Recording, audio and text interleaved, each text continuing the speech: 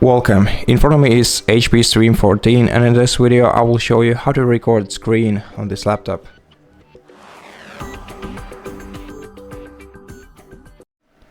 So the first way to start a screen recording is by using a combination of Windows, Shift and R buttons simultaneously, or alternatively you can just press print screen button and after pressing it select record option right here.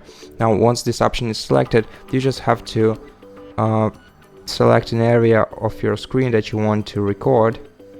You can also adjust its size and shape by dragging the sides and corners of your selection. And as you can see, there are two new icons you can notice on the bar. This one unmutes your microphone and this one mutes your system audio.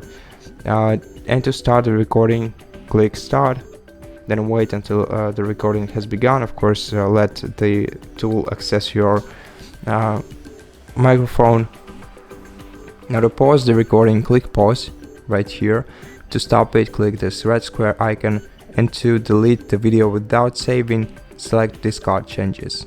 So let's stop the recording by clicking the red square icon, and in the popped up window we can see the full recording of the video, and if you want to trim it fast you can use this quick trim feature, or you can edit the video in Clipchamp if you click right here.